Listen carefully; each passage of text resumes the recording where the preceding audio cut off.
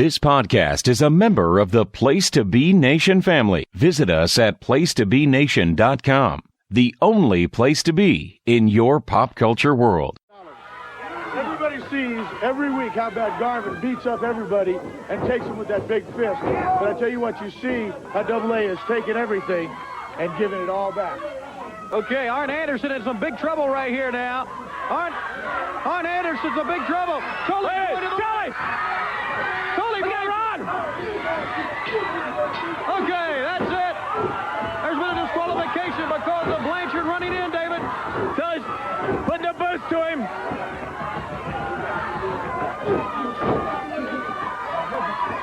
What are they going to do to him? It's that double gourd buster. Oh, no!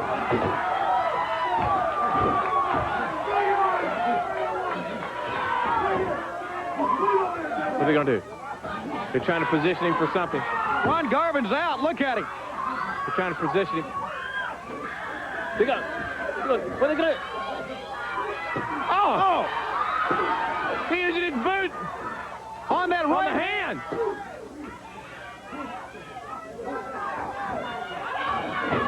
Well, Arn Anderson is still the world TV champion. Down there! You want something to take on AA and myself? Garvin, you're not going to be using that illegal fist ever again! Ever again! You saw to it! We saw to it! The Fist of Stone is out of commission forever! Simple as 1, 2, 3.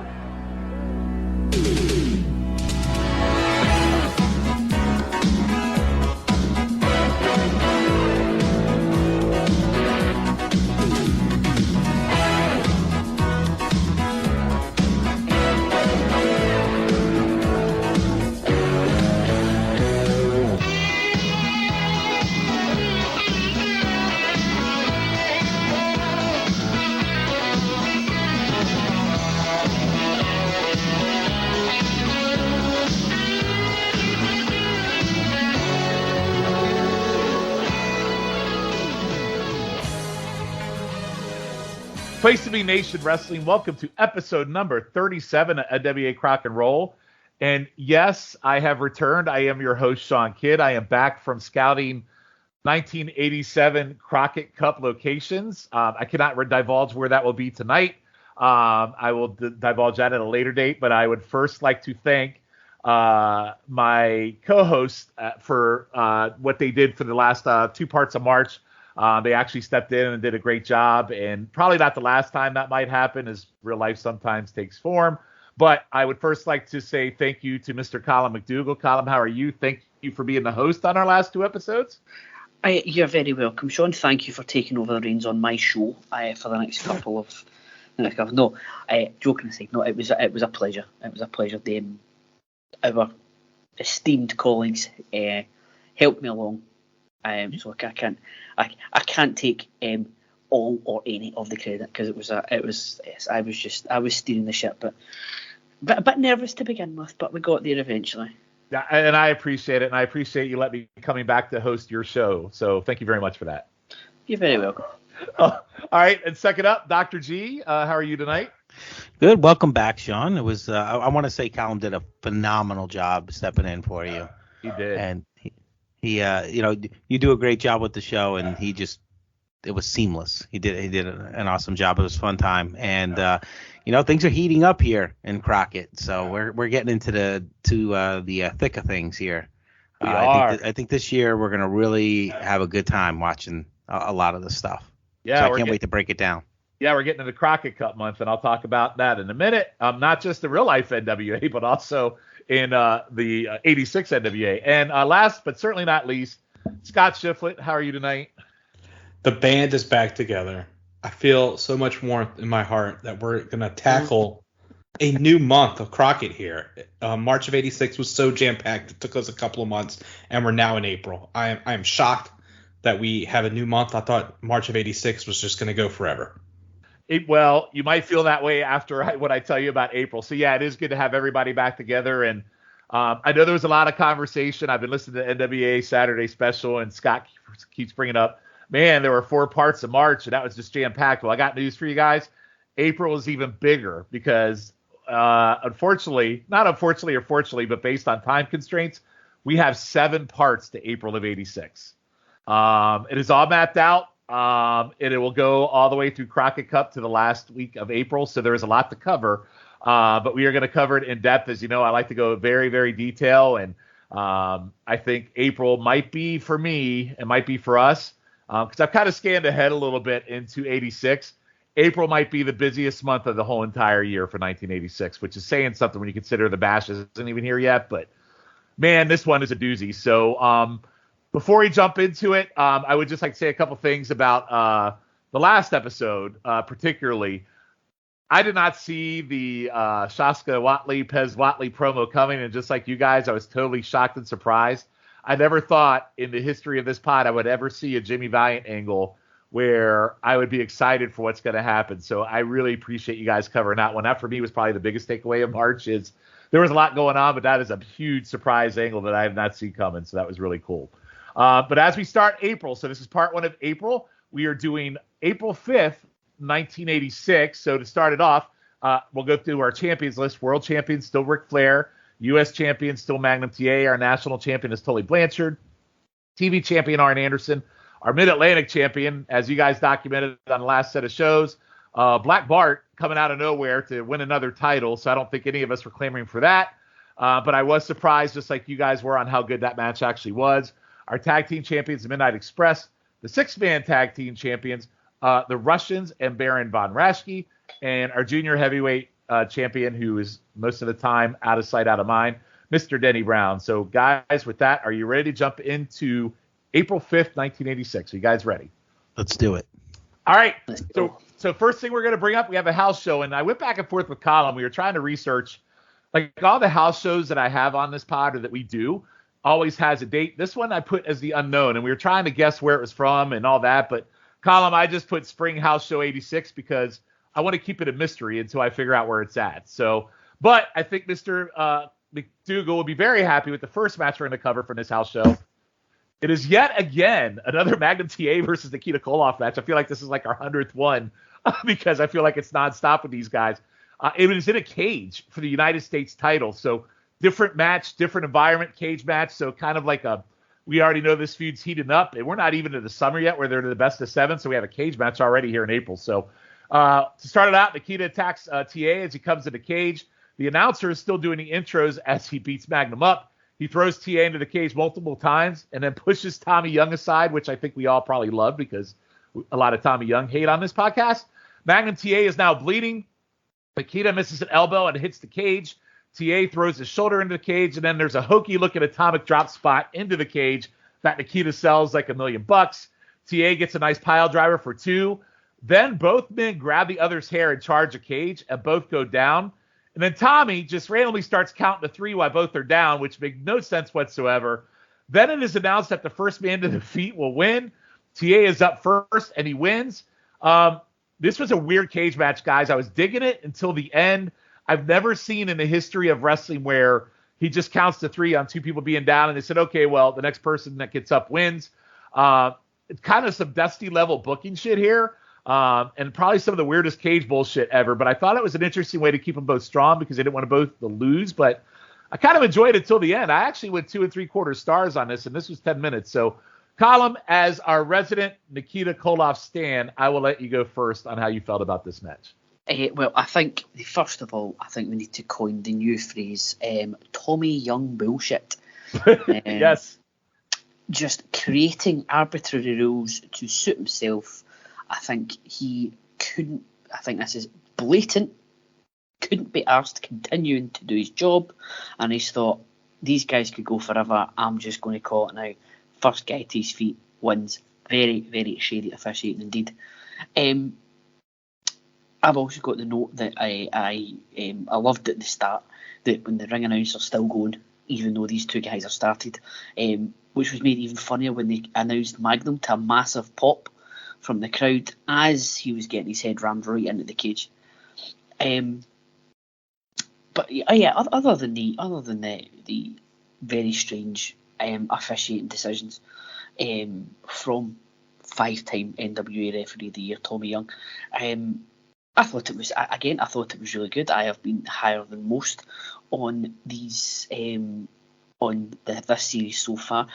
Slightly lower, however, tonight. Starting off controversially, I've gone 2.5 on it.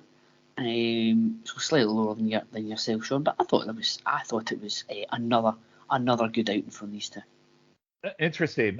Maybe I could win higher because it's been a few months since I've done this show, but I thought it was a solid 10 minutes. And what I do like about these house shows is they also cut through the boring stuff and get right to the gist of it. So I thought that was pretty cool. But yeah, that ending, man, was absolutely something. Scott, what did you think? Ending was crap, but I really enjoyed this match. This was, they've had some stinkers before, but I really enjoyed this. I will say that Magnum did it was like a pile driver, but like he went forward with him with Nikita, which I thought was really cool. These guys just beat the hell out of each other, and there was a part where, there was a part where Nikita like headbutted Magnum in the nuts to get and I just liked that. And I liked where, it's in my notes here, where Nikita was trying to elbow Magnum and he elbowed the cage, and then Magnum started working on the elbow. I thought that was just nice, and it shows that these guys are just two big brutes. I went 2 3/4 as well, Sean, which I really thought I was going to be the high man on this. I was pleasantly surprised because I, out of everybody, have really shit on these TA Nikita matches, and I just couldn't do it this one. I enjoyed it. Dr. G, what'd you think? Not much more to say than you guys did, but I went 2.5 like Callum did. Now the reason I think, I was confused. When you don't have the announcing too, so you're like, okay, what are they doing? Like, what is he doing? Even if it was, I'm not really for whatever he did in terms of like whoever gets up, but even if he did a 10 count, that makes sense because in boxing it's 10, and sometimes even in wrestling, if they both go down, they count to 10. But this whole thing, whoever gets up first wins. I just didn't get it. I thought I was a little confused, but other than that, I like the intensity on the two opponents. You could tell that as time went on, because they've obviously wrestled on a lot of house shows in this feud, that there was a good camaraderie. They really worked well together, TA and Nikita. Now, we've seen some matches that weren't so great, but I think in a match like this, because of having the cage and Nikita, for the most part, is a brawler. He's not a scientific wrestler. He doesn't claim to be a scientific wrestler. So TA has a little bit of that scientific wrestling in him, but he also has that brawling that he could do. And I like this one because I like the back and forth. I like the fact that they have the cage to use as a weapon. And besides Tommy Young screwing it up, I don't think he made the call on that. That was probably a booking decision, which I don't get. But I guess I don't get it, but then I do get it in the fact they try to keep both guys still strong in the feud. So probably would have went a little higher if it wasn't for the end. But I did enjoy the match. Like, I didn't find myself being like, okay, there's no announcing. I'm kind of not really, the camera angle's not so great, but, I'm kind of bored. No, it was actually an enjoyable match to actually sit and watch. It actually went pretty fast, I thought. Yeah, it was 10 minutes, and I'm with you. It's kind of like hard without the commentary, but I think I literally had to rewind it a couple times just to kind of figure out what the hell the ending was, because it was real hokey. But yeah, I thought it was pretty good. And it's not the last Magnum TA Nikita match we'll have from a house show. In a couple episodes from now, they have one more that is coming up as we round out our house show run with these things as we get into the Crockett Cup. But overall, probably one of the better ones that I've enjoyed. So, Callum, it sounds like not one of your favorites. So, but Dr. G and you were on the same page, and Scott and I are on the same page. So, pretty decent match. The really shitty Tommy Young bullshit ending. All right, our next match, this one should be fun as well. Is Tully Blanchard versus Wahoo McDaniel for the national title. So to start, Wahoo dominates with chops and does one of those little standing face rug burns on Tully's face. Tully grabs the tights and throws Wahoo outside. JJ throws Wahoo into the post while the ref is distracted. Tully goes for multiple pins as Wahoo just lays there, which is really weird. It's just like a whole little section there where Wahoo just lays there and Tully's trying to pin him. I don't know if Wahoo is winded or probably on brand, I guess. Wahoo gets up, does more chops, does an abdominal stretch that Tully and Presley tosses out of, which wasn't easy because Wahoo's a big dude, so I thought that looked really good. But then he gets tossed outside. There's more pinfall attempts. There's a lot of pinfall attempts in this, like 15 in like the first 6 minutes. Wahoo does a chop off the ropes and then does a pin that JJ breaks up. Wahoo grabs JJ and then Tully does a knee to the back, and the ref counts 3 as JJ holds leg down from the outside. Ref catches that on reverses decision. Wahoo beats up Tully until Jimmy Garvin comes in and hits Wahoo with a chair, and then a bunch of preliminary wrestlers run in to save but are dispatched until Magnum TA comes in.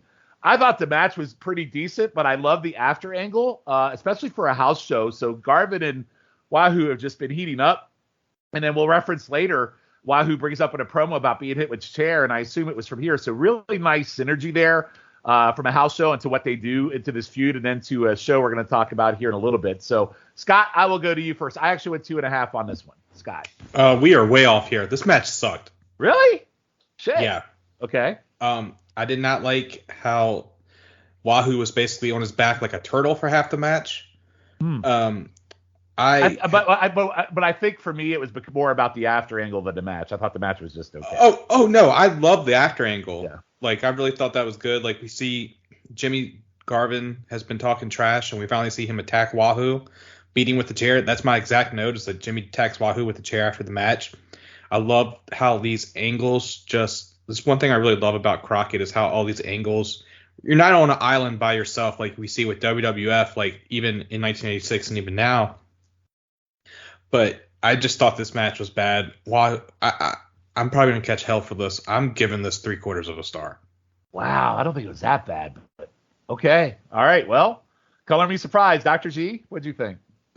Well, Scott, I didn't go as low as you did. I went, 1.5 stars, but Wahoo, I always heard such great things about him, and I kind of remember him when I was younger. Obviously, he was. Column has poisoned all of you. It has officially happened at this point. Go ahead, Dr. G. For that time, I know that we have guys wrestling in their 50s today. It's just a different world, but obviously he was getting up there in age at the time, and he wasn't. And I probably have to go back and watch some matches from the 70s, maybe, but.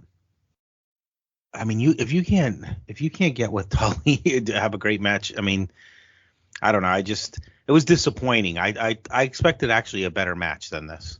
I like the after angle. That probably saved the whole thing, to be honest.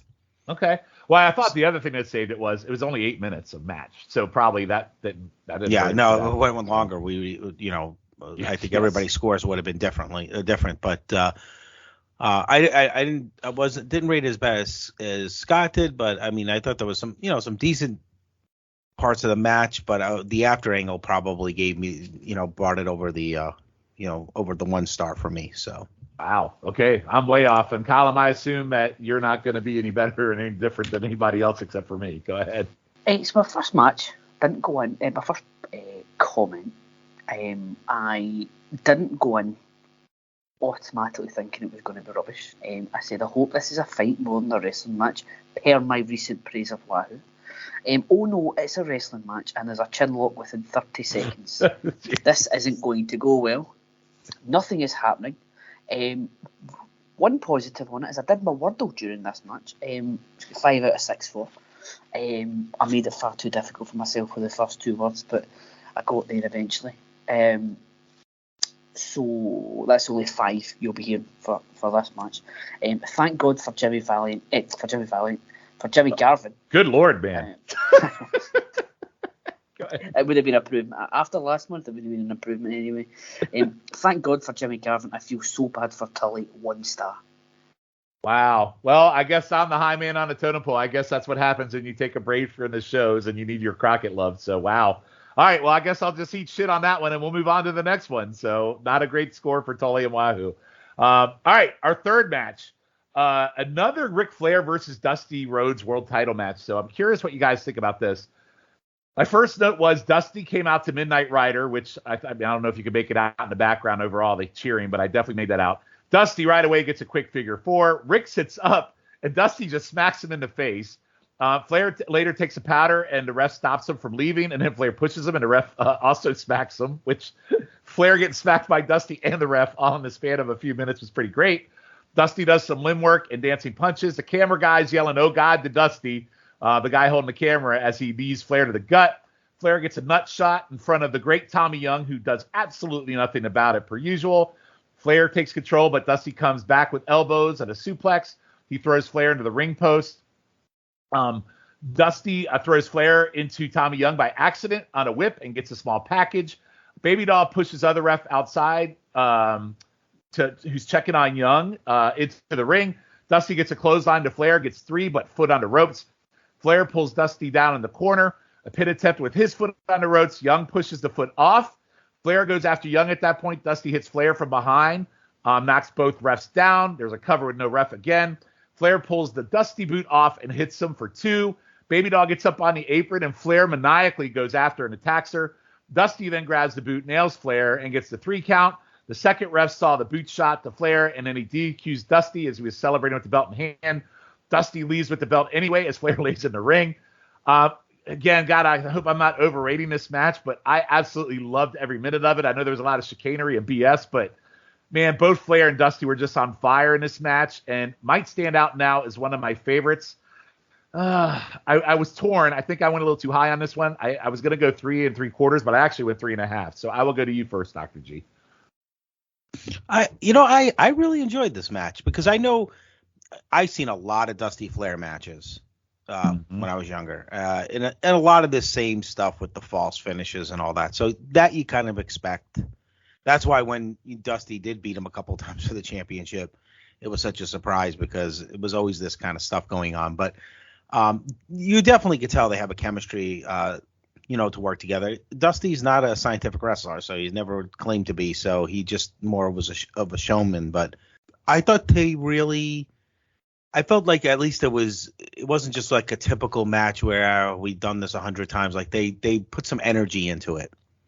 That's a good point. I felt different. It didn't feel like your typical Flair, Dusty house show. Like it just felt like they actually went out of their way to do something different. It felt exactly. Different. Yeah. I mean, the false finishes thing that's happened, but just the way they went about, in the match, getting Baby Doll involved, that stuff, getting the managers involved. That stuff is what people sometimes enjoy. Obviously you give a little pop to the crowd thinking that he won the championships, you overturn it, that kind of thing. I mean, they just did that a lot at that time. So it is what it is with that. But no, I definitely the 3 1/4. I was really happy with the match. I don't know if you and I maybe just, I'm interested to hear how Callum and Scott rated, but I have too, especially. But after I the really enjoyed it. I don't know. I again, when I know that I'm not like looking to do something else while I'm watching it, then I know it's got me.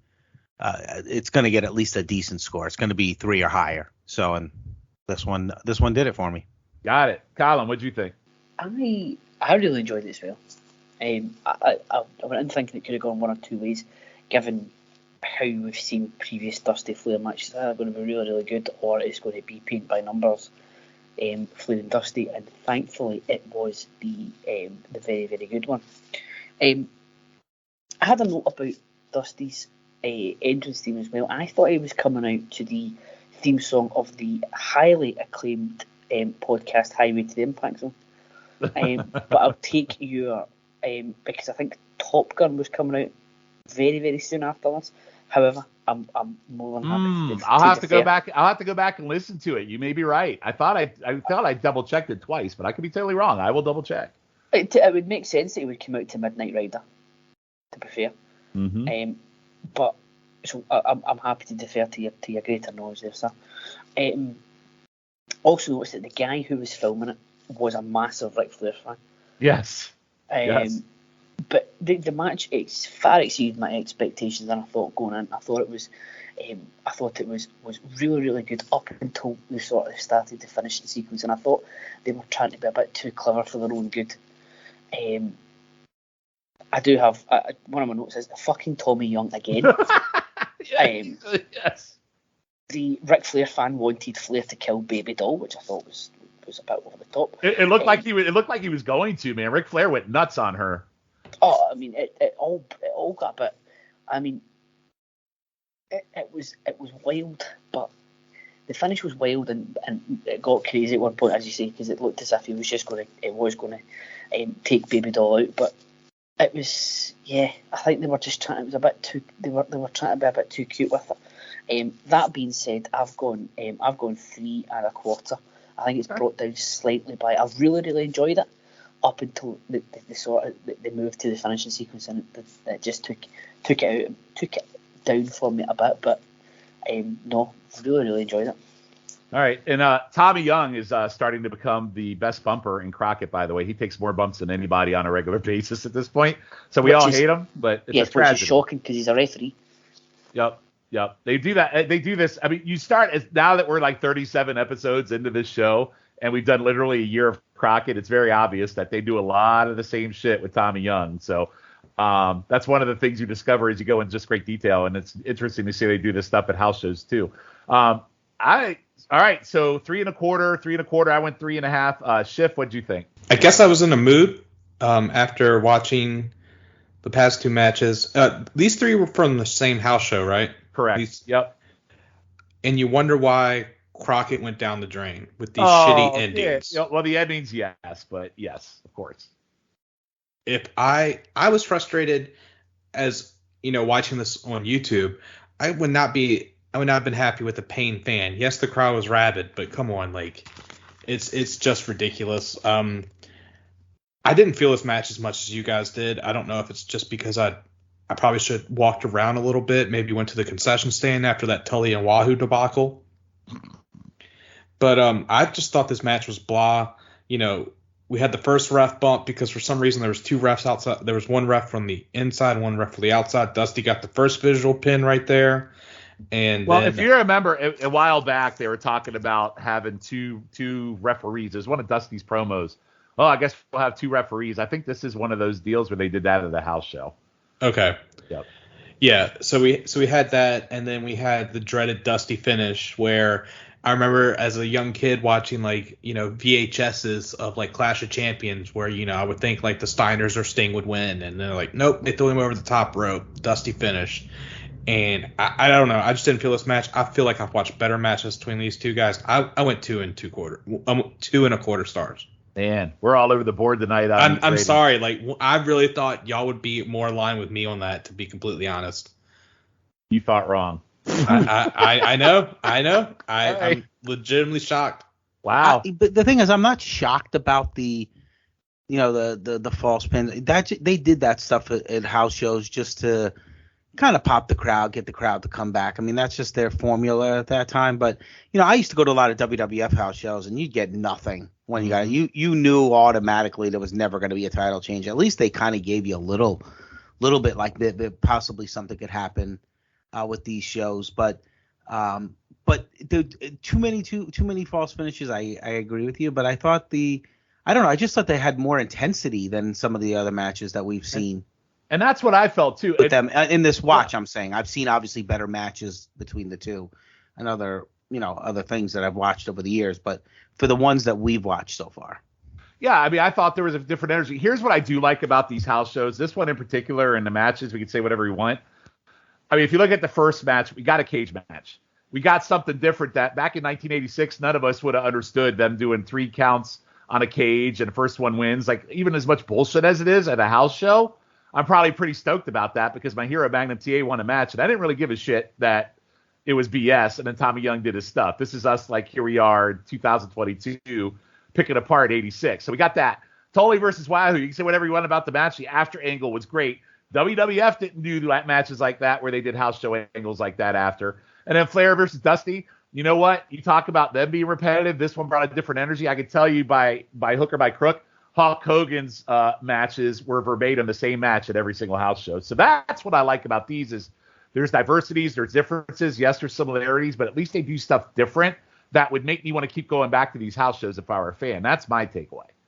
So I don't know. I mean, I don't know if you guys have any thoughts on that. Well, I mean, just like the silly endings, like, and how many times, like, since they're doing these loops, can you see Dusty get the win for the world title and then, Pee Wee Anderson run down and it's reversed? But Schiff, remember in 1986, not everybody saw that. My point is, we're seeing that on a pod all these years later. Back in those days, you would have gone to a local house show and you'd have no idea what finish they did in Timbuktu versus what they're doing there. That's what I'm trying to say. No, I was saying because they always did like Greensboro like every couple of weeks. Like, hopefully they would change it up. And they do. And that's Okay. the thing. They always change it up because we've seen numerous Nikita and TA matches. Not one's ever been the same. I don't know if you thought about that. No, I agree with that. They're usually just really bad, but this was actually a pretty good Nikita. Well, there you go. So we can debate it all you want. I was giving a different perspective and thought. No, So. I agree. I enjoy it. It's friendly discourse. So Absolutely. So, I mean, no shit takes on that. I get everybody's opinion on this. The Wahoo match, I guess I shouldn't be shocked, but I am. But it also could be my own fault for not getting to watch Eddie Crockett for the last 2 months. So, all right. So we're going to move on. So that is the house show. We will have one more house show to cover in a couple episodes from now. However, we are now going to go to the Saturday night show. And first out is Magnum TA, and he's out with the beautiful, the best U.S. title that was ever created with a very scarred head. He says he's tired of all Nikita's talk. It seems like he's been doing it for months. Then he throws it to a video that shows Ivan winning a match against Rocky King. And then Nikita comes in with a chain and beats Rocky King with it. TA comes in, he drop kicks Ivan, and then he ducks a Nikita chain shot. And then TA dumps Nikita over the top rope and starts choking him with the chain, which was a really cool visual and pretty hot angle. They did these angles a lot, whether it is in chain matches or bull rope matches, but still pretty cool to see on TV. TA goes back into the studio, says nothing intimidates him. He says this is about the U.S. title, and for some random reason, he decided to say, and they make steel in the U.S. Let's get it on. So I didn't really understand that last line, but I thought the angle was pretty good. I thought the promo was pretty good. I thought Magnum showed good fire. I love his scarred head because it shows the battles that him and Nikita have been in. So in night 86, we haven't seen any of those matches we've been talking about the last few months, but here's the repercussions. I could see it on his head. I'm like, holy shit, I got to go see one of those matches. So, Colin, I will go to you first. What did you think of this TA promo? I thought it was, good. I liked the sort of the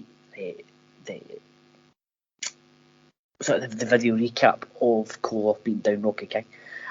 The chain shots looked absolutely brutal.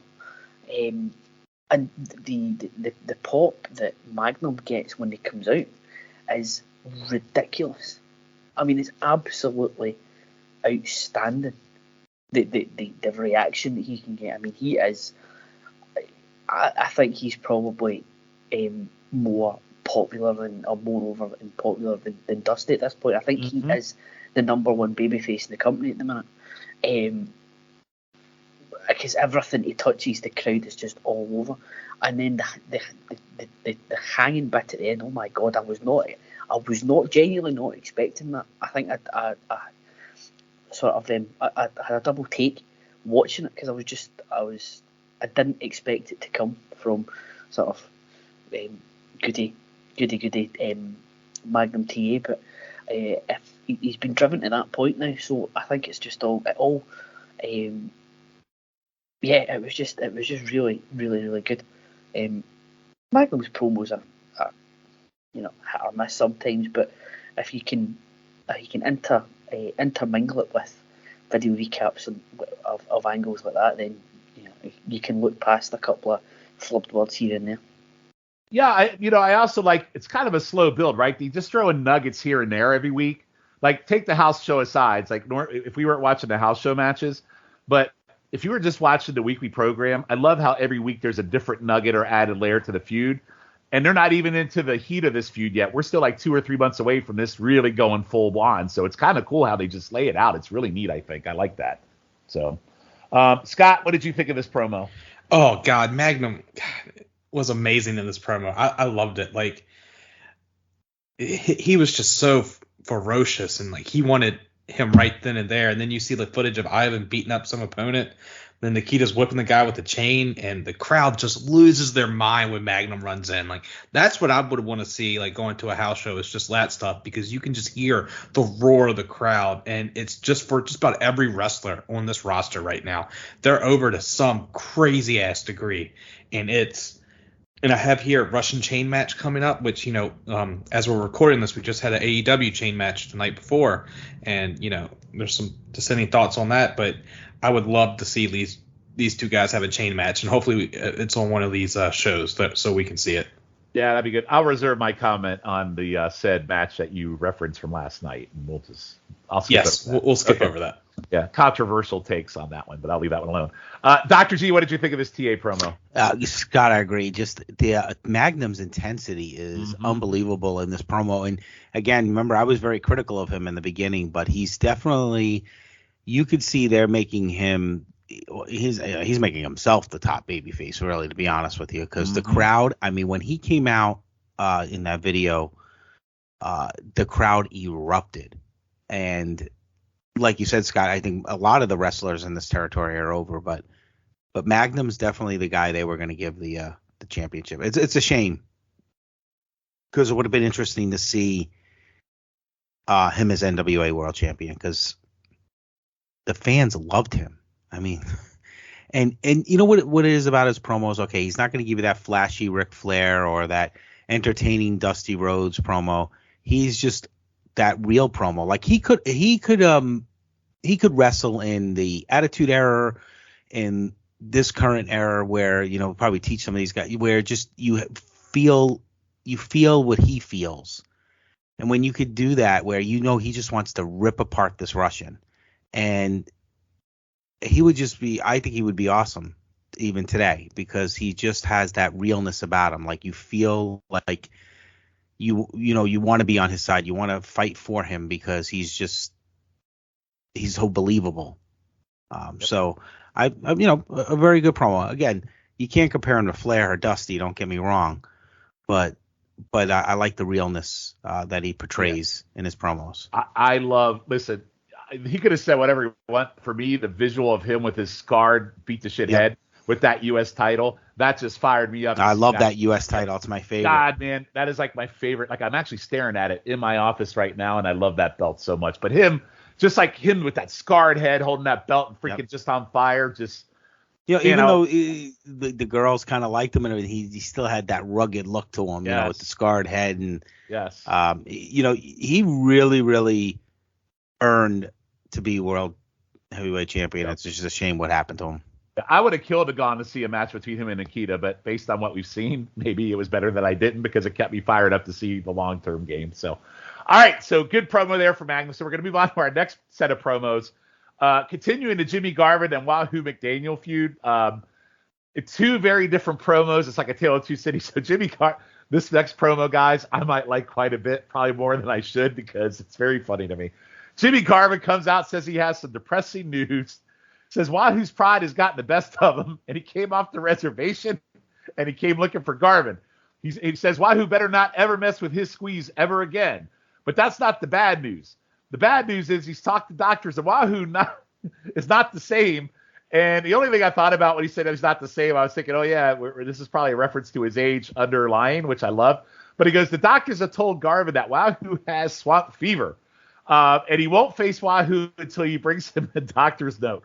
The doctor told Garvin there's two ways to confirm swamp fever: if his nose is big and ugly, and if his hair is falling out like Wahoo's. He tells Precious to spray the air as he won't get in the ring with this disease. Wahoo is a lame horse, and you know what they do to them. This promo was tremendous. I will read the Wahoo retorting that, and I'll ask you both for your all of you for your thoughts. But I absolutely love this. Might be the best Jimmy Garvin promo you'll ever see, based on what I know. In later years, when he joins the Freebirds, and all I know about Jimmy Garvin usually is he says, yeah, a lot, but this was amazing. We go to Wahoo. He is told by Tony Schiavone he is sure what Garvin has said about him. He says yes, but he's always had a big nose. And then he goes into this diatribe about how he broke it 11 times in 10 years of football. And hair and nose has nothing to do with it. He talks about getting hit with the chair, which I thought probably was a reference to the house show he talked about, which I thought was pretty cool. He says out of the goodness of his heart, he signed a contract, and if Garvin can beat him, more power to him. He hates to think where Garvin will be when he's done with him. So as great as the Garvin promo was, this is unfortunately a pretty on-brand lame Wahoo retort. So, Scott, I will go to you. What did you think of these two promos? Yeah. Jimmy Garvin knocked it out of the park with that promo. I was laughing like I was dying. Okay, so Scott, because you're pretty you're not always proper. Did you first thing that came to his mind when you said swamp fever? Did you think swamp ass? Yeah, I did. I figured. I was like, oh my God. But like him saying how his nose is swollen and if his hair is falling out, I was like, oh my god, because Wahoo's nose looks like it's been broken like 15 times. It's pretty big. And like how he said he won't wrestle, it's like a classic heel maneuver where we're sort of seeing the same thing, like going back to the Nikita, where he won't wrestle on TV unless he gets to face Magnum on the house shows. And so it's stuff like that, and it's just another heel like saying like, yeah, I'm not going to wrestle. And the promos we had with Jimmy Garvin in March, they weren't really nothing to write home about, except for the one where he was like, I wasn't going to do this interview with the crowd here, which I thought was awesome, but. I just love this, and how he said he calls Wahoo a lame horse, and you know how to put them down. And Wahoo's was basic, but it's just showing it's like two different generations. Like Wahoo's on the generation going out, and like Jimmy is like the current generation right now. So of course, like I think Jimmy's is more upbeat and everything, while Wahoo's like, I'm gonna wring your neck, young folk, stuff like that. But I'm gonna beat your butt, you young whippersnapper. I mean, that's exactly what it is. Yeah, like he's like, yeah. I'm in a good mood, Tony. It's like, are you serious right now? Like this dude just like called you out, said you left the reservation, said you had swamp fever, aka swamp ass, and now it's like, oh, my nose has been broken 11 times. That's why it's so big. And like, he never says anything about the hair falling out, so it's because he's old. I'm assuming, but I hope Jimmy takes him to the pay window, baby. Yeah, we'll see what happens. We'll see how that plays out. Dr. G, what do you think of this Garvin promo and the Wahoo? I don't think there's much more. Scott, I can't even follow you because you just laid it all out. I mean, I think the most ridiculous. First of all, Jimmy Garvin was awesome. I mean, I was cracking up the whole promo. But Wahoo's response was absolutely pathetic. Oh, so bad. From what's supposedly a tough guy. I mean, it was just all. It's like he's just not comfortable. I don't know. It was horrible. As good as Jimmy's was as bad as Wahoo's was. Oh, it was awful. But Jimmy's very entertaining in this promo, and he was just having a good old time. He probably figured out Wahoo isn't going to say much to me anyway, so I might as well have some fun with this because he did. He just didn't hold back. So I enjoyed it. I enjoyed his promo, but Wahoo was pathetic. I mean, I wouldn't even want to get into him. Honestly, I do not remember this feud from back then. I remember all this other stuff. I do, but what I don't remember is how entertained I am by Jimmy Garvin. Like, the Jimmy Garvin stuff, like, for me, the most part I got of Jimmy Garvin, like, really remembering Jimmy Garvin was when him and Ronnie reunited after that whole Fireball incident with the Express, which we'll cover in 87. But from that point on, it was like he was babyface Jimmy Garvin. I don't really recall getting a lot of heel Jimmy Garvin until he joined the Freebirds, and at that point, he was kind of cooked. So no, he was, but no, his great promo. I enjoyed it. Really good.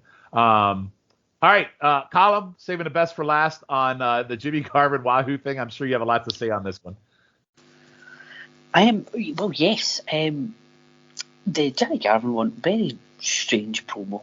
Basically, he doesn't like Wahoo because he thinks he's ugly, and he won't wrestle him again because he's ugly and is riddled with some form of disease. More on that in a bit. The Wahoo response, was just utterly pathetic. It was a waste of television time. It was only on the screen for about 90 seconds, and it was about 89 seconds too long. As one big thing is, I've got a big nose because I've had 11 broken noses, and I've had 11 broken noses in 10 years, and strictly speaking, he's had one broken nose 11 times. But that's a 1.1 broken noses per season that he was in pro football. My one thing of that is, was he just tackling nose first?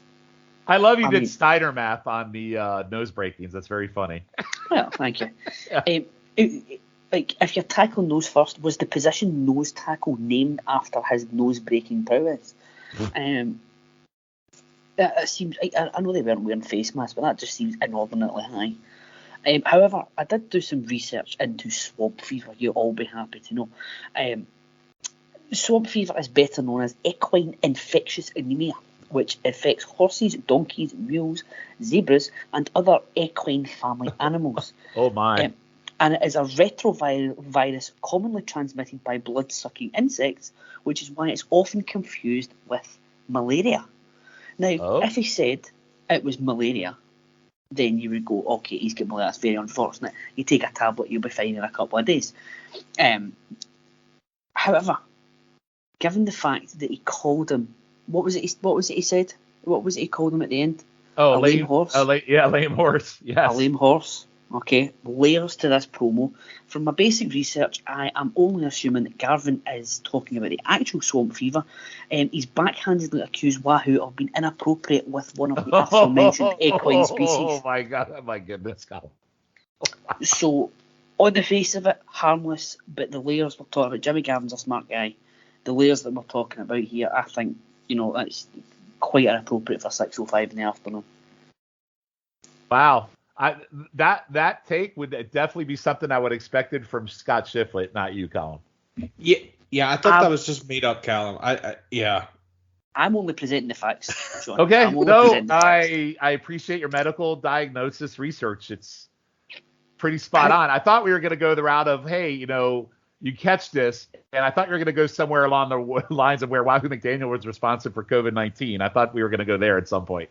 Well, you're assuming, when I say he's done something inappropriate, you're assuming that it's something, Well, I am, you know me, so of course. I mean, it could be, COVID-19 allegedly came from somebody eating a bat, okay, still to be confirmed. He could have just had some dodgy horse meat somewhere. He could have been inappropriate in more intimate fashions, but we don't know. Maybe we'll find out in a couple of weeks' time on Saturday night.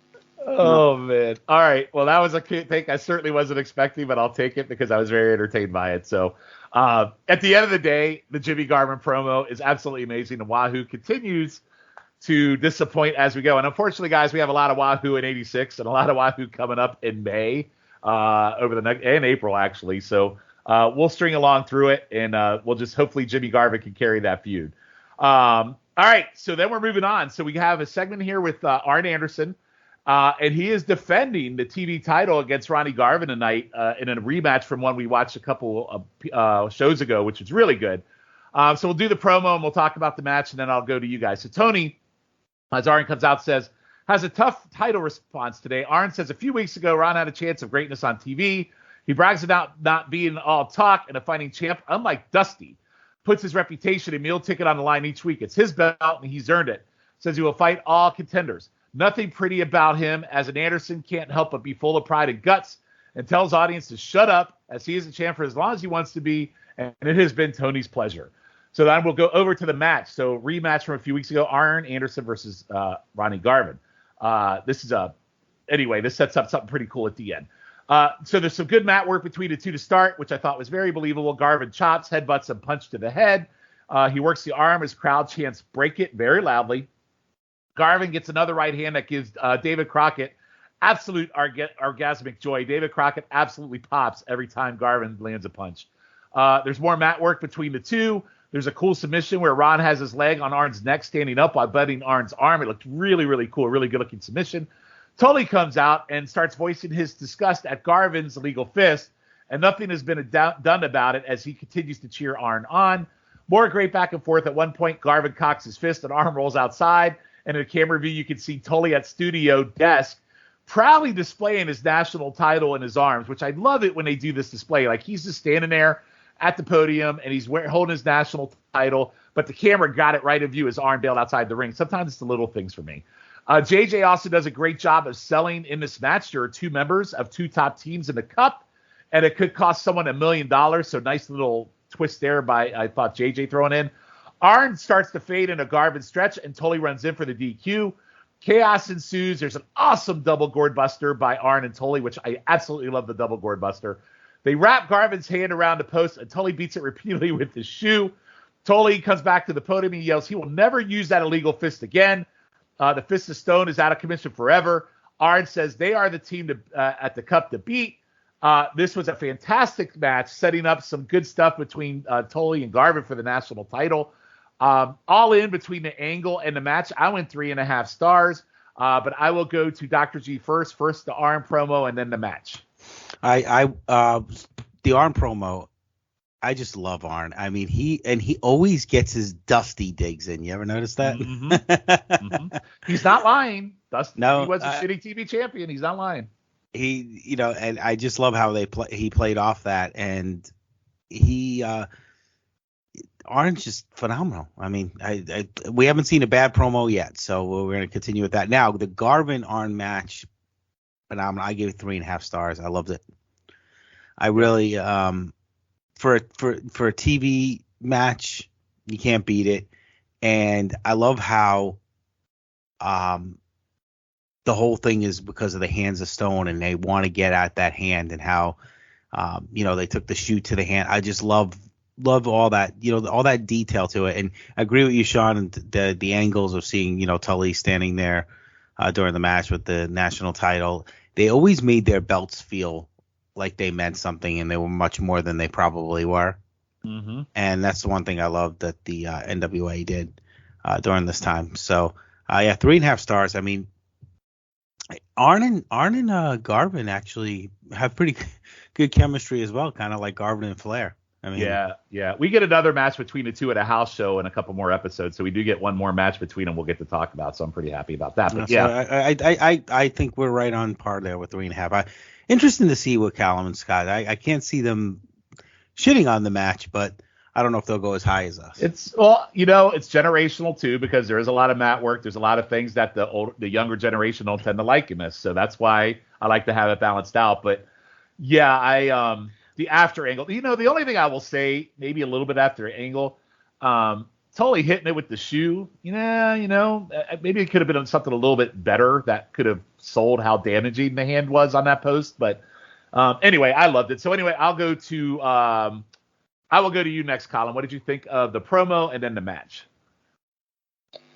Well, first of all, I thought the promo was excellent as ever from Arn Anderson. And you're right, there's nothing that he's saying that isn't true. Dusty didn't ever defend the title. Arn does defend it all the time. He is a fighting champion. He did give Ron Garvin a fair chance before. I give him a fair chance again. So it just goes with the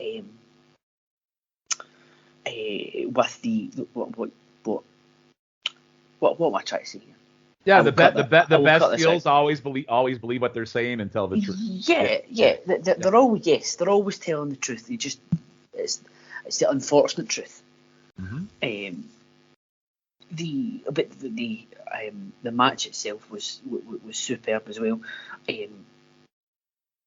I do have a note here. Now, don't shoot me down on this one, Sean. Garvin is good, but he's no Mike Jackson. I did miss the Mike Jackson match. I didn't get to talk about that match, but I agree with you. Mike Jackson was an anomaly, man. He really shockingly good match. Yeah. Now this was good. And I didn't think, for whatever reason, I thought this was. When I say this, I'm talking about the slightest of margins. But I didn't think it was as good as the Jackson match that we saw before. However, that doesn't mean that this was a bad match by any stretch of the imagination. I went 3 stars on it. I thought it was very, very good. We're talking this on free television is ridiculous, and that'll come up a couple of times in the next couple of episodes. That they're putting stuff out on free TV that nowadays you should be building for weeks and weeks and weeks to a premium live event. But yeah, this was excellent stuff from these two again, and I'm now coming. I can now see, if I hadn't already before, I can now see your love for the rugged one, Sean. Thank you very much. What I assume you might have said it. If I missed it, I apologize. The after attack. Did you like that? Yeah. Yes, I thought it was good because it plays into what they're going for next. As someone who is on the shorter side of things and does have to wear a fairly heeled shoe, the heel to the hand could be sore. I get your point. It might be more effective with a chair, or I don't know, a hammer or something that they would find under the ring. However, I thought it was really effective, and it going forward to what we see. Looking behind the curtain a wee bit here, but it does all play in and it all makes sense afterwards. I think it was very, very effective. All right, very good. And Schiff, last but not least, what did you think of the Arn promo in this match? As these guys said, the promo was great. I loved him telling Tony at the end, "You're welcome for my time, Tony." It's just, he's so arrogant, but he's really not saying any lies. Like, he defends the title almost every week. I mean, hell, we talked about the Ronnie Garvin match they had before, the Mike Jackson match, just in this watch through. And we see him battling Ronnie again. I liked how Arn was working the arm. Say that 10 times fast, am I right? Mm-hmm. But Ronnie then had a nice headbutt to Arn. And one thing that I love in this, they did this in the first match, is that every time Ronnie cocks that arm back to lay the punch, Arn bails to the outside. Mm-hmm. He's always 3 steps ahead of this out of this hillbilly. So that was just for you, by the way, Sean. And I liked when Tully came out. We knew that the Horsemen were going to attack. They always run in a pack together. Ronnie also, we've seen him and Flair chop the hell out of each other, but Ronnie was chopping the hell out of Arn during this match. And then we get the DQ, and I love, like Callan said with the shoe, I just think it looks better than a chair because you lose some of that. But if you're hitting someone with the shoe, you can see it more, and they can sell it more. So it's like something physical. Like a hammer would have been great too, but then it's like, okay, why the hell is there a hammer under the ring? Mm-hmm. But I could have just got a hammer for the ring bell. That would have been great. Yeah, that would have been nice. But no, I just love it. And they talked about how this might impact the Crockett Cup, and that's what they're building to. This is their next big event. And the quote unquote number 1 ranked team, because that's what Ronnie Garvin and Tully and Magnum TA is. Now they have someone with a hurt hand. So what the hell's going on? That builds even more suspense. Oh, I will tell you, knowing where this goes, we've got the Crockett Cup, but when we get to May, we're going to get a banger of a match between Tully and Garvin that we're going to talk about. That's on TV. So and also the double gourd buster, just amazing. And if there is any wrestlers listening to this, please bring out the gourd buster, because that is such an awesome move to see. I don't know if it's just the gourd buster in general. I mean, it's just amazing. But a double gourd buster, it's like, oh shit, this is what we're doing. It's awesome. And I didn't know that the gourd buster was Arn's finishing move until I started doing this. I just assumed it was the spine buster or the DDT, but that gourd buster is just awesome. I don't know if it ends up hurting his knees. That's why he stopped doing it, but it's just an amazing finishing move because it looks vicious as hell. Agreed. So what did you rank the match? I'm the low man here. I went 3 stars. Yeah, that's a shit take, but we'll move on. All right, our next promo. Yeah, good stuff here all around. Just really, really good. So we got a couple more promos to go. So selling some Crockett stuff here, and so Rock and Roll Express are out. Bring up what happened the prior week with Ric Flair, which you guys covered. Gibson says they have been training for the Cup and the $1 million. Ricky says they want the tag titles back. Then he puts over Flair as the champ, and then they show footage of what happened last week of the Flair-Morton altercation, which was definitely a hot angle. He tells Flair to never put his hands on him again. The goal is to be world champ, tag, or single, says Flair at the top, but he is beside him. Says when you are in a ring with him, you will get one good fight, and he walks off, and the freaking pre-pube women go absolutely insane for this promo. So kind of a short promo to kind of continue what happened last week. Colin, anything on this one for you? Yes. Robert was looking very disheveled in this one. It was a rough night. It was. He was obviously hanging and banging with the night before. He looked like he'd been dragged through a hedge backwards. Other than that, fairly standard from the Rock and Roll Express. One of these promos that there was a lot of words said, but not actually a lot of substance in the words. It felt like he repeated himself a couple of times using the same words. Or using different words, but he was making the same general point. I don't want to say that today, with it being heavily scripted, is the way to go, because it's really not. But some guys might need a bit more than you've got 90 seconds. Go out and talk. Yeah. That's why I put this here, because you're setting up a big angle and think showdown with Flair and Morton. Flair obviously is a freaking master on the mic. Yeah, Morton, especially Gibson too, but Morton, it's kind of the same thing. Rock and roll, baby. Yeah, and he's kind of like the same person over and over again. And I think they just put this in here to keep that Flair angle alive because of what we have coming on our next episode. So, and I know we've previously ragged on because what was there was one really, really bad one where Dusty sort of interjected himself in a feud that had nothing to do with him. But at least he has enough talent behind the mic that he'll be able to. He could keep this ticking over for them. Yeah, it was when he brought in the cage, the Gorilla Cage for the Midnight Express match to put Jim Cornette in the cage. Yes. That one. Yeah. Yeah. So I think it was.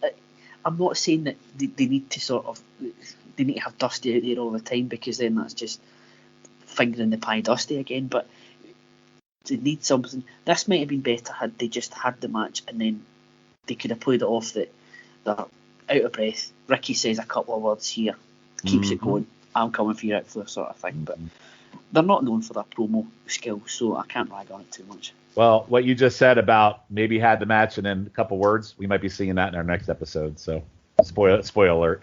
All right, Scott. Yep, Scott, what'd you think? They're not really known for their talking, so I really enjoyed this promo from the Rock and Roll Express, because Ricky says that Flair learned his lesson and that he's on his level, and I like that. And he said the World Tag Team titles is just as important as the World Title, and it shows that that he may just be as good as Ric Flair, which a lot of fans might not have believed in, but it was straight to the point. They didn't have him out there rambling for like 2 to 3 minutes.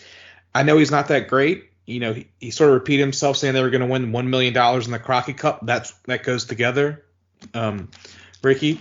But no, it made me want to see more of the Flair and Ricky Morton match, which we'll get to in another episode. But yeah, those teeny boppers loved those guys, and Flair was not lying about the train brawl joke. Dr. Z, what'd you think? Scott, I agree with you. I like. Ricky's not the greatest on the mic, but he got his point across. He didn't ramble on for too long. I did notice that he had to mention that not only he could beat Ric Flair, but so could his partner. Like he felt like at first he felt like he was focusing more on him, and it was kind of like Robert was in the back, and it looked like he was definitely trying to make sure his partner was mentioned. I don't know. That just seemed. Well, there's a little that Shawn Michaels, Marty Jannetty vibe there with Gibson and Morton. So.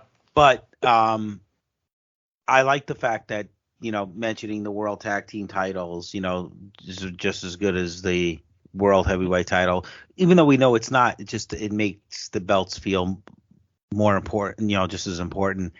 And I don't think they didn't have to do great promos because they were just so beloved that. It didn't matter what they said, to be honest with you, because he was so over. But it kept the storyline going, and that's pretty much what that was put in there for, just to kind of make sure, hey, we're Ricky Morton's still here. And let me tell you, Ric Flair, one of his favorite opponents is Ricky Morton. Oh, I'm sure the match. I can't wait to watch one of their matches. Well, again, spoiler alert. I'm sure. Yeah, we got a lot of good stuff coming up between those two. So awesome. Yeah. So kind of like that in between, but I also like both your points. He talks about being a world champion, doesn't care if it's tag or singles, and plus Gibson sells the Crockett Cup. But yeah, Schiff, I'm surprised with your inappropriateness you didn't bring up anything about Gibson Cobra Eye. I mean, that's to be expected. It looks like if you smacked him in the head one good time, it'll fix that eye, but it's all over this place. All right, we'll move on. All right, so our next promo, I'm glad to get to talk about this one because one of the hottest angles that came out of March was the most unexpected thing that we talked about at the end of this pod, and that is Pez Whatley. So it's Paul Jones' army. Jones comes out, and he literally names everyone in his army and says he was the mastermind in Pez infiltrating Camp Valiant. He introduces Pez as the new Shaska Whatley. And Shaska is in a shirtless tuxedo coat and top hat, and he just he shakes back and forth. Like he might have been on a coat. Like he was just so full of energy and coked out of his mind. Whatley screams, look at this hair, and he holds up Valiant's cut hair in his hand, and he goes, Jimmy Valiant is a low-down, dirty dog, just like this yellow hair. And they say they have more tricks in '86. He says the war has just begun, and then Whatley goes, "Who's zooming who now, sucker?" Which, if you knew '86, "Who's zooming who" was an Aretha Franklin mid '80s song, so that was a good reference to the mid '86. Then he talks a little about Coltrane talking shit about him. Just for clarity, guys, you will never see Coltrane ever again on this show because he peters out really quick. I know you talked about him in March, but I just wanted to throw him in there so for me to come back and say, you'll never see the guy again. And then he calls Valiant a white Uncle Tom. And, man, Whatley has just added a whole new dimension of energy and kind of just rejuvenated Paul Jones' Army, who has a bunch of stiffs. So I am loving every minute of this Whatley stuff. So, Scott, I'll go to you first. What did you think of this? I will say that Paul Jones looked like the Commandant from the Truth Commission. Correct. In 1997 WWF. He is starting to formulate his long-term Hitler appearance. That's where he goes with this. I mean, he, starting to really see that right now. Mm-hmm. And I love how he says, like, they're not in the Crockett Cup, but he says his army's going to New Orleans. He said this last month, where his army's going to New Orleans and going to destroy everyone. And then, like, obviously that doesn't happen. So it's like, what are we doing? Pistol Pez Whatley was all over the place on this interview. I guess, he had just I loved it. done some of Tony Khan's coke or something. But yeah, I did love him calling out Jimmy Valiant. And I don't know if you know this, but Paul Jones whispers in Pez's ear at one point and tells him to wrap up the interview.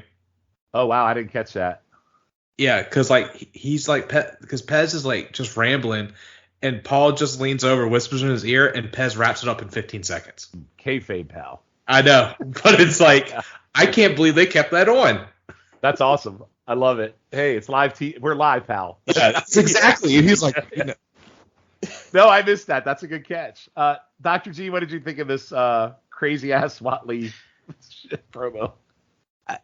It was amusing, I guess, is the best thing to do. It's like, it's so weird because this was a guy we lost a lot of times every week. Yeah. You didn't realize he had that personality, but I did love when he pulled out Jimmy Valiant's hair, and just because we hated so much on Jimmy Valiant in this show, and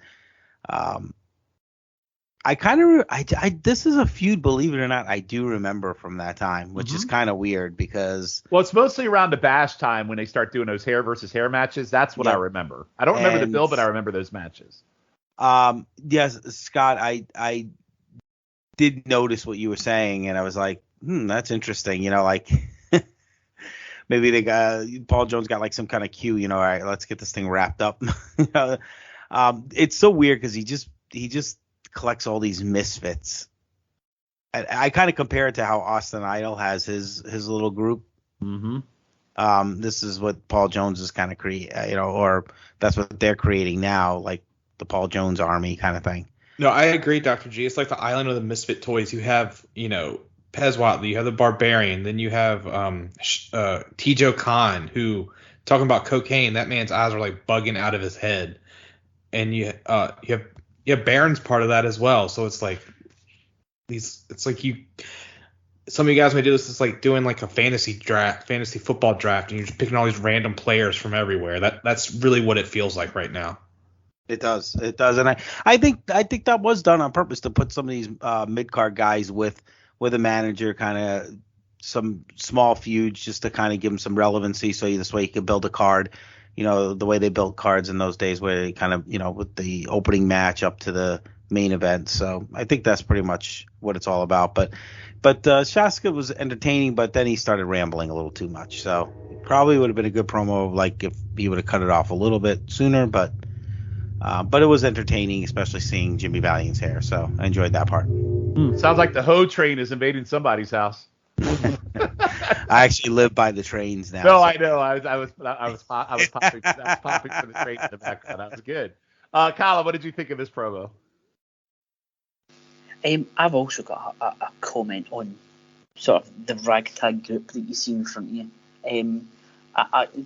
First comment, obviously, Paul Jones increasingly resplendent facial hair. But Pitt sitting standing at the front of the new group. He's in a wonderful hat, a fedora. He's got, I believe he had a bow tie on, a dress jacket, no shirt, and his wrestling gear. And he looked the most normal out of that group at that point in time. Wonderful deep cut about the looking like the commandant from the Truth Commission. That's excellent. Excellent insight from Schiff there. I love it. Pez 2 or 3 times almost interrupted Paul Jones. He was bursting to get his promo started, and then it was just more of the same from the week before. But when I say more of the same, it was good, but it was also, he was just saying a lot of the time it was almost saying the same stuff. And it was really off-putting. I also saw Paul Jones on at least 2 occasions calling spots to Pez, tell him to wrap it up, and also he told him to talk about, was it to tell him to talk about Valiant or to talk about the Crockett Cup or something along those lines. Man, I have to go back and watch that. I'm a terrible host for missing that. Wow. Sean, you must have been writing notes or something about it, because when you see it, when you see it, you can't miss it. Okay. It's pretty, because one of them he pretty much doesn't whisper in his ear, but basically shouts at him. So there's at least 2 occasions, maybe even 3. It was a bit off-putting. Paul Jones tried to steal the thunder of our new MVP Shaska Watley. Wow. All right. Well, that's good insight. Yeah. So I guess Jones has to be Watley's keeper. I guess those cocaine midgets could do some damage. So I enjoyed it. I didn't get to talk about his turn on Valiant last month, and we get a lot. Watley is just freaking insane throughout this whole feud, and his promos usually do go a little south, but definitely an interesting feud that, again, anytime you can get interest in anything with Jimmy Valiant, it's a win for me. So, all right. So our last promo of the night before we get into our Crockett Cup Spotlight tonight is Jim Cornette. Pretty quick one. I like it. He talks about the Rock and Roll Express. They're desperate and they will never win the titles back. He says they are the dark to their light, which I thought was a really great It's an amazing line. An amazing line. Yeah, absolutely amazing. Then what else I really enjoyed about this, he calls out everyone in the Cup. And I love that he brings up their feud with the Fantastics and their history in Texas. I love he brings up the Fabulous Ones and their feud in Tennessee. Then he calls Garvin and TA the most offensive team in wrestling. And he says the Midnight Express is the greatest and they're going to get $1 million, Richard. And with that cup, I thought this was a great cup sell. I thought it was a great throwback to name some of the teams that the Express feuded with pre-Crockett, and really setting fire that Rock and Roll Express, Midnight Express dynamic. I mean, it was short and sweet to the point, but this is just a freaking brilliant promo. Cornette was just amazing with this promo. So, G, I will go to you first. What did you think of this short Cornette promo? Love him or hate him, he's just good at what he does. And he makes the Midnight Express out the way he talks about them and markets them like they're the greatest thing on the earth. It's just amazing. He makes two guys that, really not big guys or anything, especially with some of the other tag teams, but made them feared, made them like they were the best thing going today. That's not to steal from Ric Flair. But that was a team that could not do it well on the mic, that just needed Jim Cornette, and Jim Cornette was perfect. And I don't think the Midnight Express, not to take anything away from the way those guys wrestle, but I don't think they would have been the tag team that they are, or that they wind up being without Jim Cornette. Yeah, I don't disagree. At all. Let's see who is up next. Colin, what did you think of his short promo? Yeah, I thought it was excellent. I got the first thing that came to my mind, rightly or wrongly, when I was listening to this, was the scene in Goldmember, if you remember it, where no, not a Goldmember, the first Austin Powers, and they just call back, and Dr. Evil says to Austin, "We're not so different, you and I." And that's what I got here. So Jim Cornette is basically is coming across as two sides of the same coin. So I think it was just excellent. Like where the dart to your line, I think it was as you said, it was a superb line. Just making them as equals, and they'll never get the better of them. I also liked that he went through. Jim Cornette went through the different teams that the Midnight Express have faced in the different territories, like the Fabulous Ones and the Fantastics, and telling Crockett fans who might not have seen a lot of them, and I don't know how well known the Fabulous Ones and the Fantastics would have been to Crockett at this point in time, but basically letting them know that I'm the manager of the best tag team in the world, and these guys ran us really, really close. But that's telling them for the Crockett Cup, these are the teams that you want to watch out for, and they're not just random guys that we're having to bring in to make up the numbers. They're real challengers. I thought that was excellent as well, and it goes back to something that I noticed quite early from watching these things, is that the heels and the heel managers will complement in a roundabout way the other guys, which makes them feel like a big deal. Unlike today, where you just bury them for no reason whatsoever. I'm better than you, and everyone knows that. No, the Fantastics are a very, very good team. You just haven't seen them yet. Yep, and we're going to talk about them here coming up. And before we go to that, Schiff, the dark and the light comment, as a fellow comic book nerd, it kind of reminded me of Doctor Strange What If, where you get the good Doctor Strange and the evil Doctor Strange. Really, they're kind of like what Colin said, they're both one and the same. So I thought that was really good. Yeah, and, it was just, it's a line that should be stolen now, and I don't think anyone could be mad. Like, could you imagine Roman Reigns saying, like, he is the dark and Brock Lesnar is the light, or vice versa? Or hell, even Edge and AJ Styles, or CM Punk and MJF? That would fit perfect in any of these feuds in my mind.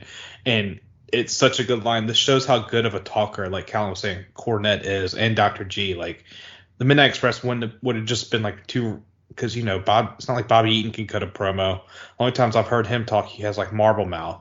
So Cornette made these teams what they are, and he's just, love him or hate him, I know he's difficult in the past like 6 years, but in 1986 he is just awesome on that mic. Yep, I agree. So that ends the April 5th stuff as we know it. So we do have two Crockett Cup spotlights to talk about tonight. As you know, we've been doing a series of teams that are featured in the Crockett Cup that we maybe haven't seen or maybe haven't talked about. So we have two for tonight. And our first one brings back our favorite Wahoo McDaniel with Mark Youngblood, as those two will be teaming in the Cup. And they will be facing who are the current tag team champions in this match, Bob Orton and Don Kernodle. This is actually from mid-February of 1984. So an interesting matchup. So I'm curious what you guys think. I would probably go out on a limb here and probably say that I might have liked it way more than you, but I could be wrong. So the Orton team, like I said, they're the champs, and they come out with Gary Hart as who their managers. The crowd's absolutely hot for the faces. I thought the tag work between the faces in and out was pretty good. Later, Wahoo worked over the heels, but Wahoo was worked over by the heels, but Wahoo fights back. But you guessed it, chops. Mark tags in and goes to town on Kernodle. All four end up in the ring. Mark rolls up Don Kernodle as ref is tied up with Wahoo, and Orton clothesline him, and Kernodle reverses to roll up for 3, which I thought was a pretty good move. Jay Youngblood, who was on commentary, runs in to tell the ref what happens. Young restarts the match. By the way, this is non-title, by the way. All four start beating each other again. Wahoo stiff chops Don twice off the ropes. Heels get control on Mark Youngblood, who keeps fighting back, which I thought he had really good face shine in this. I like the Kernodle spot where he lifts Mark on his shoulders and drops him neck first on the top rope. Kernodle later runs into a Wahoo chop and into a Youngblood suplex for a surprise 3. The crowd goes nuts. The heel lose it, and then they beat down the faces, including Jay, who takes a savage knee to the face from Kernodle as Orton bent him on his knee. It looked really, really awesome. Sorry, guys, if you didn't like it. I thought this was really, really good. I love the heel work, and I thought Youngblood 100% carried the babyface team. I actually went 3 stars on it, and Wow. I'm telling you, I thought this was a great old school mid-'84 match, and I thought Youngblood looked good. I thought the heels looked good. I enjoyed it, and I know I'm going to be the probably high one on this, but I will go to Dr. G first. What did you think of this match? I wasn't as big a fan of you, but I give it a 2.5. I mean, it was okay. I'm just not getting it with Wahoo. I have to go on the Callum side on this one. Yeah, I agree. I think Youngblood 100% carried the face team. No doubt. Sure. Yeah. No doubt. And Orton and Kernodle, I don't remember them as a team together. I didn't either. I remember Orton and Slater and then Kernodle with Ivan, but I didn't remember these two being tag. And Kernodle also with Slaughter, too. Yeah, so I don't remember any of this. They actually worked pretty well as a team together, I thought. Kernodle is just interesting to me in general because he just looks like the Uncle Bob that got out of the recliner, and he just doesn't look like a wrestler, but he's really good. I don't get it. But no, it was entertaining. I mean, I'm not gonna shit on it or anything like that. But I didn't think it was worthy of 3 stars. But 2.5 stars. It was just a good match that I didn't feel like I wanted to turn it off. But I guess maybe I wasn't invested in any of the any of the 4 wrestlers.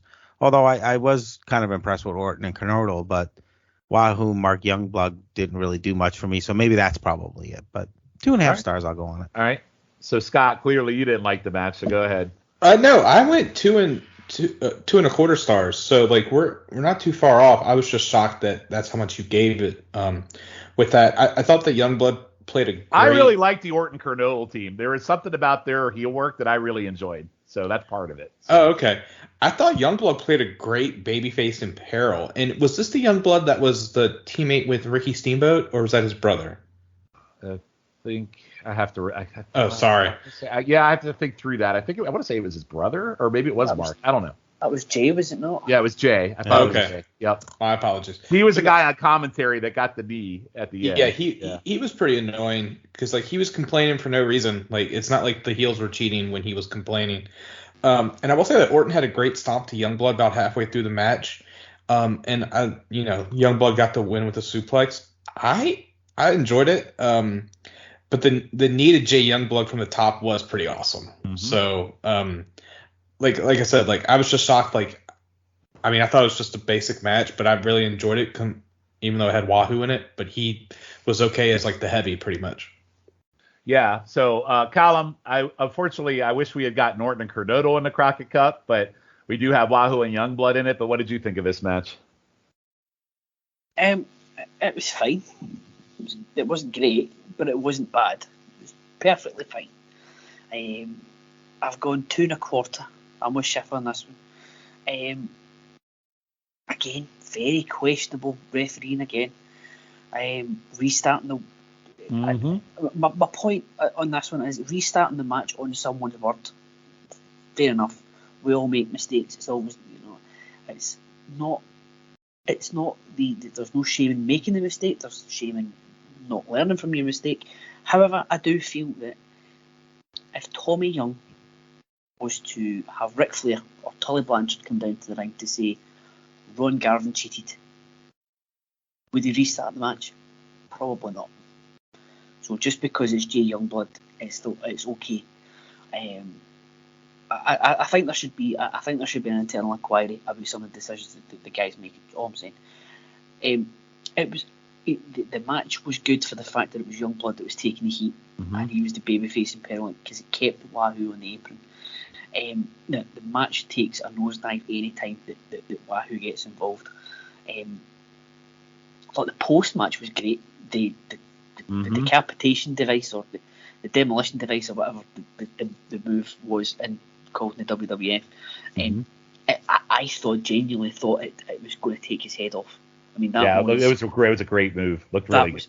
Yeah, that was disgusting. It looked horrific. So yeah, perfectly fine. It was not offensive in any way, shape, or form. All right. Well, I'm the high one on that one again, so it seems to be the theme tonight. So our next spotlight match, the Fantastics, who we heard earlier on Jim Cornette bring up. We already had a match with the Sheepherders that we spotlighted, so now we're going to spotlight the Fantastics. So, and this is, they're out with Jack Victory, and this is for the Universal Wrestling Federation Tag Team titles. This actually happened on 4/6/86. And as we all know, because you guys covered this, the Sheepherders won the belts on episode 35 of this spotlight that you guys covered from Steve Williams and Ted DiBiase. So it's only been a few weeks since then. JR and Bill Watts are on commentary. The crowd is absolutely hot for the Fantastics, who hold up flags to piss off the heels. Watts puts over the upcoming Crockett Cup. I also like how he sells the Sheepherders and how they are used to power opponents like Williams versus the speed of the Fantastics, and that throws them off. So I thought that was a nice little tie in there. The Fantastics dominate the first 8 minutes of the match with quick tags and great teamwork. The Sheepherders take control for a short time, but the Feasts up their game on offense with quick tags, monkey flips, and drop kicks. Finally, Rogers is tossed outside. The heels take turns working him over with slams, knees, and keep knocking Rogers outside. Rogers fights his way back in and slides between one of the Sheepherders' legs and gets the hot tag to Fulton. All four end up in the ring. Luke sends Rogers outside, and Victory beats him up as the Sheepherders double team Fulton in the ring. They throw Fulton into the ropes at the same time. Tommy leaps to the top rope, and a drop kick setting heels into each other. Fulton runs at Rogers, who press slams Fulton up and onto Butch for the 3. And we have new champs, which, again, they had just won the tag team titles a few weeks back, and now we the Fantastics are new champs yet again. Good shit. I did go 3 stars on this. I really, really enjoyed it. And for those of you who might not know, Sheepherders and the Fantastics have a really great feud in the UWF, and this is kind of the, spotlighting of the beginning. But I really, really enjoyed this match. Scott, what about you? I really enjoyed this match as well. And you didn't even mention the best part of this match. Fantastics came out the sharp-dressed man. Oh, how dare? Well, that's Jimmy Garvin gimmick infringement, so I didn't bring it up. I know, but still, that's like one thing I love about the 80s. I guess this was before like all the music rights and stuff. Yep. People just coming out to great shit. I mean, I know in the late 90s that like the Outsiders were coming out to the Fugees and on house shows and stuff, but it just awesome. I will say that I have here Bobby Fulton has one of the worst drop kicks I've ever seen, and then Tommy Rogers comes in and like nails just an amazing drop kick, and I said that Fulton should maybe take notes. Tommy Rogers is very well known for his drop kicks. That's what it was amazing here. And also the Sheepherders at the start of the match had great heat when they were calling for silence while they salute the New Zealand flag. Just I love easy heel heat like that, which is pretty amazing because I doubt any of those hillbillies in Oklahoma and the Tulsa area could figure out where New Zealand is on the map. So just going heel tonight, guys. Sorry. But no, I love this match so much. And, just the Sheepherders, which becomes, seeing them so rough around the edges. And then when we see them in WWF and they're licking the side of people's faces, it's quite the turn here. But it's probably better for their bodies and their paycheck. But I gave us 3 stars as well. Just an amazing match. Like, I stopped taking notes because I got too caught up in the match. Like, my last note is hot tag to Bobby Fulton.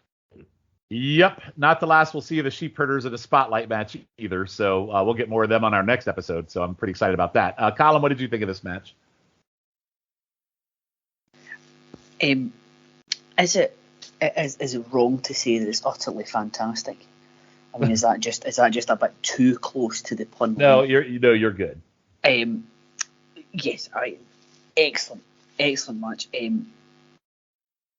It's still jarring a bit to me to see the Sheepherders as the Sheepherders and not the Bushwhackers. Because as somebody who was sort of predominantly WWE centric for many years, to see them as these just goofballs is how I'm used to seeing them. Not these.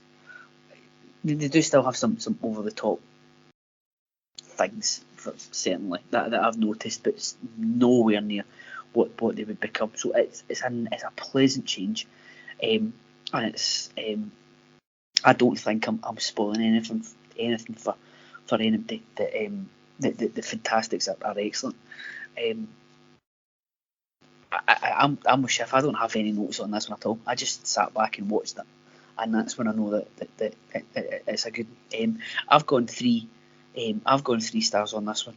I thought it was excellent from start to finish, and again, just one for the soundboard. Excellent crowd reaction for the Fantastics. It's the crowds from the territory days everywhere just seem to be ridiculous. All right. And Dr. G, close us out for this episode. What did you think of this match? I went 3 stars as well. I agree. I love the heel heat. Scott, I'm right with you. I love just heel heat like that. Let me salute the flag, and and of course that's going to piss everybody off, and just easy heel heat. The Fantastics, boy, I tell you, I remember them being pretty popular. They never really reached the level of like a Rock and Roll Express or Midnight Express, but the fans loved them wherever they went. And Tommy Rogers was definitely known for his drop kick, which was awesome. And the Sheepherders, when you put them in there with good teams, their matches were pretty entertaining, to be honest with you. I thought the ones one against Williams and DiBiase was pretty damn good too. Yeah. I think they could go pretty well. I mean, even though they're bigger guys and probably more brawling type of guys, but they do a pretty good job, and they hang in there with it no matter what kind of team you put them in the ring with. And again, the crowd was very hot for this match, which definitely helps when you're watching it. So 3 stars, no problem on this one. I really did enjoy it, and same like you guys, I didn't really take too many notes on it. I kind of was just watching it and enjoying it.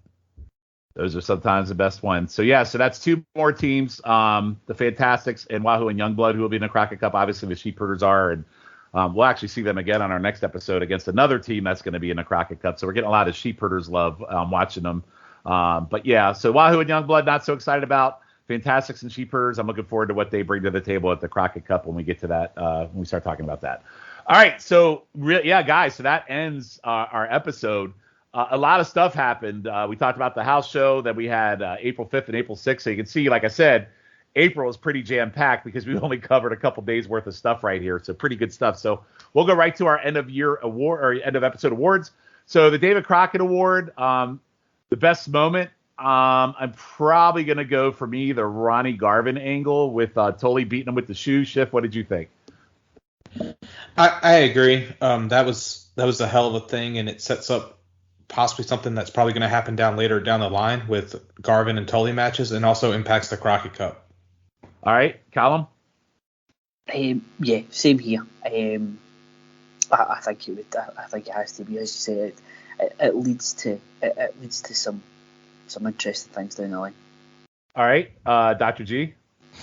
I'm going to go with that as well. I think all the stuff that we watched was good stuff. Obviously you could the Orton Morton Flair. Mm-hmm. You could go there, but there was only that short promo, so there was not much on it. So I think you got to go because Arn and Garvin were really hot. I think they were the hottest thing that we watched in terms of storyline. Mm-hmm. All right, our Arn Anderson promo award, hands down for me, it was Jimmy Valiant. Or not, God, I did the same thing. Jimmy Garvin cutting his promo on Wahoo McDaniel. Colum, what's your favorite promo tonight? Well, you could easily go with that one for the sort of just for pure entertainment purposes. It was very entertaining to me. So. Well, I was going for the layers that have been added. Yes. To it with the equine infectious anemia, but I'm going to go for Jim Cornette. And that's fair. I do not blame you one bit for that one. Dr. G? Ooh, I had a tough time with this because I did really enjoy the Jimmy Garvin promo, but I think I'm going to have to go with Callum because Cornette was just phenomenal. Yeah, I mean, if you go for the seriousness part of it and the things that he brought up in it, you definitely have to go with Cornette. Schiff, what did you think? This is how good the promos were tonight. I'm going with Magnum TA. Wow. Okay. I really enjoyed that promo. Yeah. It showed some ferociousness to him and sets up a possible Russian chain match. Well, what's interesting is it's made in America. Sean, I don't know if you knew that or not. No, he said made. No, he said steel. Steel made in America. Sorry. Yeah, I didn't get that reference. But anyway, I get it, but at the same time, seemed kind of out of left field. But what's interesting is none of us picked the promo for the man who's named after Arn Anderson tonight. So that tells you how good the promos were tonight. It's pretty interesting. The Dusty Broken Leg Angle Award, obviously the best angle for me was Garvin and Tully, leading to what's happening there. Dr. G, what did you think? Totally agree with you. All right, Column. I went for Magnum and Nikita on this one with the sort of hanging angle in the video. Good. Yeah, that's a great one too. Schiff. Sorry, this is a lot. Tough one. I'm gonna go with Callum. Okay. Yeah. All right. The TA award, best match. I really like that Dusty Flair, but at the end of the day, I went with Arn and Garvin. Scott. I'm gonna go with the Fantastics. Wow. Okay. Because I really enjoyed that match. All right. Column. MVP. No. Best match. Oh, best match. Sorry. I mean, we're spoiled for choice in this one. I love those choices. I Flair Dusty. I'm going to go. Flair Dusty. Yeah, it's a tough one. Yeah, absolutely. Dr. G. I think my highest score was the Arn and Garvin match. Wow. So definitely some split decision there. The Wahoo LVP award for me, hands down, 5-time referee of the bullshit, Tommy Young. Scott. Yeah, as one of our esteemed colleagues said, Tommy Young can get the fuck. Yeah, I mean, I could easily say Wahoo too, but I feel Tommy Young's very well deserving. Column. It's kind of got to be Wahoo, but I just needed to throw Tommy Young in it. I'm happy to throw my hat. I don't know. I'm happy to throw everything behind Tommy Young. At this point, I had Wahoo. No. Okay. Dr. G. Yeah, I was having a hard time between Wahoo and Tommy Young, but you know what? You kind of swayed me. Let's go Tommy Young. He annoyed me. So. All right. The Valiant Award for worst match, I went with Tully and Wahoo. Anybody say different on that one? Even though I liked it, I still worst match for me. It was terrible. Yeah. Yep, that was my worst match as well. All right, and then the last one, the MVP of the show.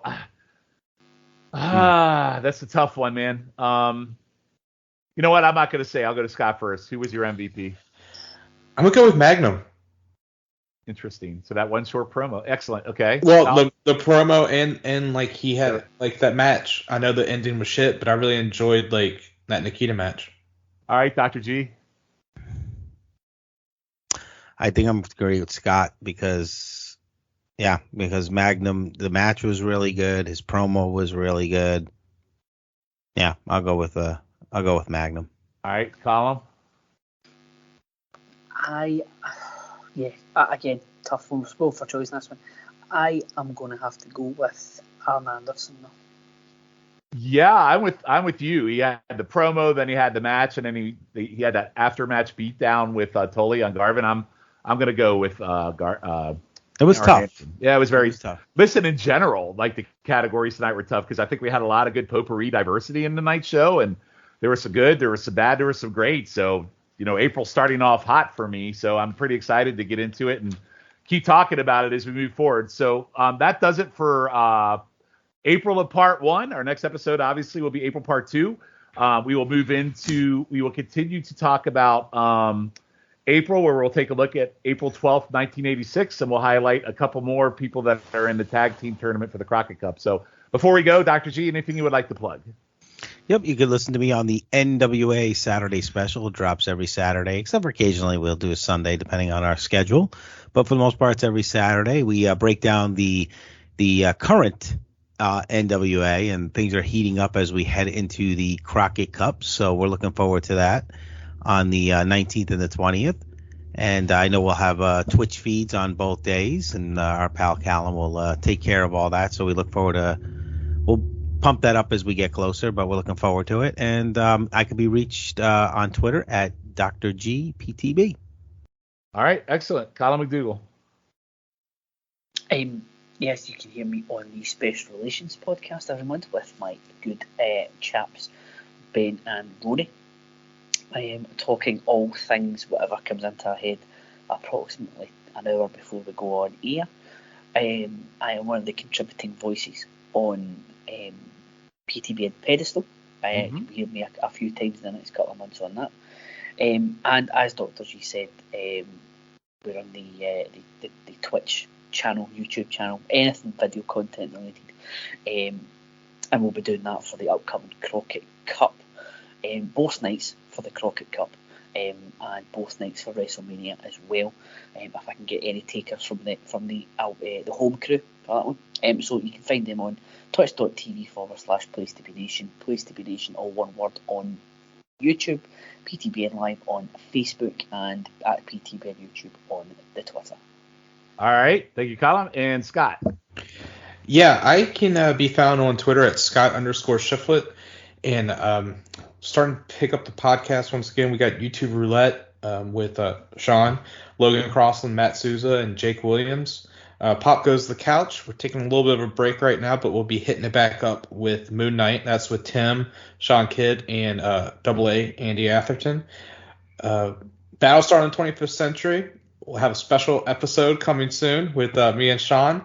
And check out PTB and Pedestal, which is just a round table of people. I may not be on every one, but there's other people here in the Place to Be Nation family that will go in and we'll rank our favorite matches and see if they are if they're worthy of being on the pedestal. Yeah, excellent. It seems like you're plugging all my pods, and I've taken a break from some of them, so I'm popping in here and there. A couple things.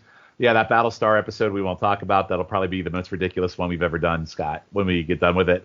But yeah, YouTube Roulette, that's definitely a fun one to do, where we just pick like 4 random matches off YouTube and watch it. So that's always a fun one. Highway to the Impact Zone, where we are looking at 2005 TNA. That is also a great one. Wrestling's Chicken Salad, the next episode that I think will drop the day after this pod, I assume, will be Uncensored 95. I like to call it a very special chicken salad. Because Jennifer Smith is on that one, and I think everybody in the Place to Be Nation knows that's her favorite pay-per-view of all time, and there might be some pushback on that from a certain someone who's speaking as we speak. So that's definitely an interesting one. Pedestal, yeah. So the latest Pedestal that just dropped last week when you're hearing this, it was me, Matt, Souza, and Ben Locke. We talked about Flair versus Terry Funk from Bash 89, one of my all-time favorite matches, so that's a great one. And yeah, all the rest of the pods that were brought up here tonight. So with that, I am Sean Kidd for Dr. G, Colin McDougall, and Scott Shiflett. We will see you in 2 weeks for part 2 of April of 1986. Thanks, everyone.